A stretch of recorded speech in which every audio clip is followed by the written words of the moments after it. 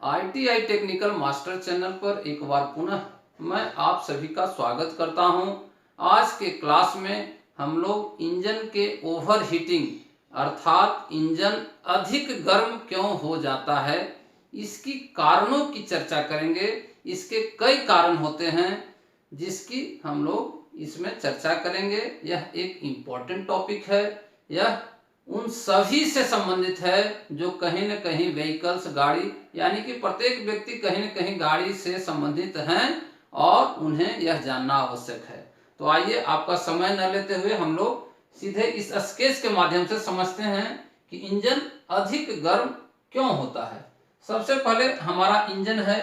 Engine में जो निर्माता है, निर्माता इस तरह से इंजन को बनाता है कि यह कार्यकारी तापमान पर जल्दी आ जाए, यानी कि इंजन का जो वर्किंग टेम्परेचर है उस पे आ जाए, यानी कि इंजन ठंडा भी ना चले और अधिक गर्म भी ना हो।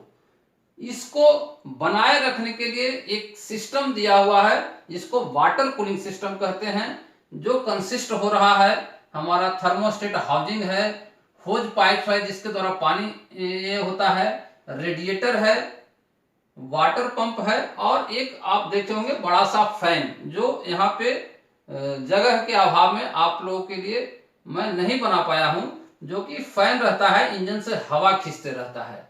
तो सारे का काम अगर समझना है तो थर्मोस्टेट का काम है इंजन को कार्यकारी तापमान पर जल्दी पहुंचा देना, यानी कि जल्दी से इंजन गर्म हो जाए, गर्म in the sense working temperature पे आ जाए।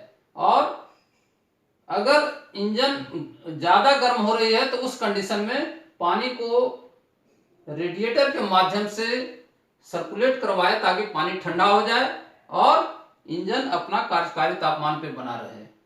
तो इस कार्य को करने के लिए और करते समय इंजन जब पुराना हो जाता है तो कहीं ना कहीं कुछ न कुछ दिक्कत के कारण प्रॉब्लम आती है, ओवरहीट का प्रॉब्लम आती है।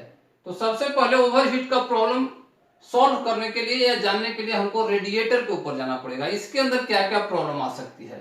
तो रेडिएटर में ट्यूब्स लगे हुए हैं, अपर टैंक है, लोअर टैंक है। इन दोनों के बीच में ट्यूब्स कॉपर के हैं और अगर किसी कारणवश उसके अंदर स्केलिंग हो गया हो, यानी कि गंदगी आ गई हो या कई ट्यूब्स जाम कर गए हो, पानी का फ्लो नहीं हो रहा हो, उस कंडीशन में आपका इंजन गर्म हो जाएगा।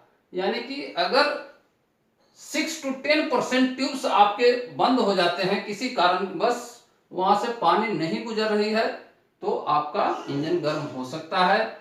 इसके अलावा अगर डक्ट जहां से हवा खींचती है, तो डक्ट अगर बंद है, हवा प्रॉपरली जो फिन्स है उसको टच नहीं कर रहा है, फिन्स पे टकरा नहीं रही है, अथवा हवा का खिंचाव कम हो रहा है, उस कंडीशन में भी आपका इंजन गर्म हो सकता है।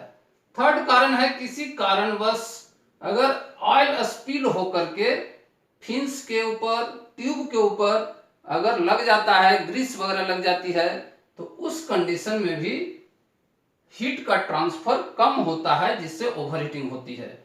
ठीक है, तो ये हमारा रेडिएटर का कारण है। इसके अलावा एक और इंपॉर्टेंट कॉज है, अगर वाटर का कहीं लीकेज होगा, एक्सटर्नल या इंटरनल, होज पाइप के माध्यम से आपको वो दिख जाएगा।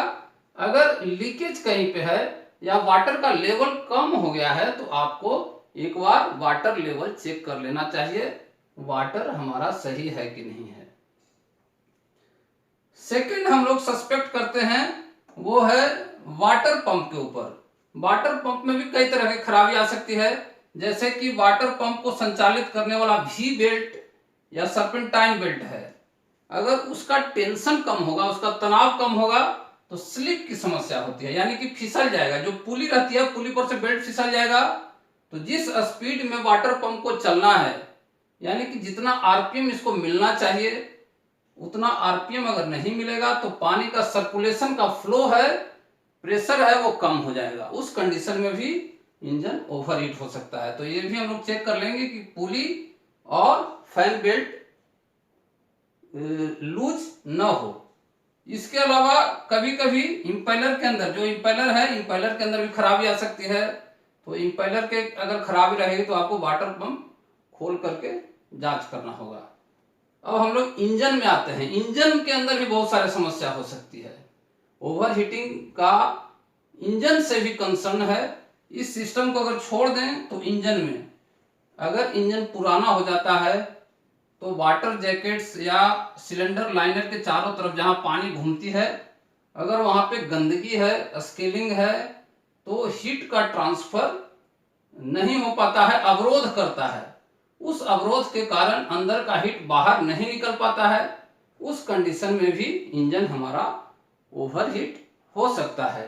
या किसी कारण से अगर जो इसका वाटर लाइंस है, यानी कि इसके अंदर से जहां जहां गुजर रही है, अगर कहीं भी जाम हो गई या किसी भाग में पानी नहीं जा रहा है, उस कंडीशन में भी इंजन ओवरहीट कर जाएगा। इसके अलावा अगर और बात करें तो इंजन से कंसर्न इसके टाइमिंग से भी है। अगर आपका फ्यूल टाइमिंग या वाल्व टाइमिंग खराब हो गया, एडवांस हो गया, रिटायर हो गया, लीड या लेग हो गया, उस कंडीशन में भी इंजन ओवरहीट कर जाएगा। यानी कि जो टाइमिंग है, फ्यूल के छिड़काव का जो समय है, उससे अगर पहले हो जा रहा है तो भी इंजन ओवरहीट हो जाएगा। तो इस तरह से हम लोग इंजन के सस्पेक्ट को जाने। अब एक इंपॉर्टेंट पार्ट है थर्मोस्टेट। थर्मोस्टेट के खराब होने से भी इंजन आपका ओवरहीट की समस्या उत्पन्न हो सकती है इंजन के अंदर। तो थर्मोस्टेट में क्या हो सकता है? थर्मोस्टेट में थर्मोस्टेट वाल्व है जो कि इंजन को जल्दी से कार्यकारी तापमान पे लाने में मदद करता है। यानी कि जब पानी इनिशियल जब स्टार्ट करते हैं तो ठंडा रहता है, तो पानी को रेडिएटर के थ्रू न फ्लो करवा करके डायरेक्ट बाईपास मार्ग के द्वारा वाटर पंप से होते हुए इंजन में सर्कुलेट करवा देता है। लेकिन किसी कारणवश अगर ये प्रॉपरली कार्य नहीं कर रहा है तो आपका किसी भी कंडीशन में ये स्टक हो जाता है। या तो ओपन कंडीशन में स्टक हो जाएगा, या पार्शली ओपन कंडीशन में स्टक होता है, या क्लोज कंडीशन में स्टक होता है। तो अगर क्लोज कंडीशन में है, स्टक हो गया है, यानी कि जो इसका वाल्व है, बाईपास लाइन है, बंद है, अगर ये वाल्व यहाँ पे आके बैठ जाएगी और नहीं खुलेगी तो क्या होगा? इंजन स्टार्ट करेंगे और पानी डायरेक्ट ऊपर की तरफ जाएगी। तो उस कंडीशन में कार्यकारी तापमान पे लेट से आएगा इंजन, देर से कार्यकारी तापमान पे आएगा। या ठंडे प्रदेशों में चलेंगे, हाई एल्टीट्यूड में चलेंगे, यानी कि लेह लद्दाख एरिया में, तो उस कंडीशन में इंजन का परफॉर्मेंस खराब कर देगा और इसके अंदर जो मूविंग पार्ट्स हैं उसके बियर एंड टियर यानी घिसावट की संभावना बढ़ जाएगी। इसके अलावा आपका है, अगर क्लोज कंडीशन में बंद है तो इंजन जल्दी से ओवरहीट कर जाएगा, यानी कि पानी को रेडिएटर में नहीं जाने देगा और पानी इंजन के अंदर ही सर्कुलेट करेगी। तो क्या होगा?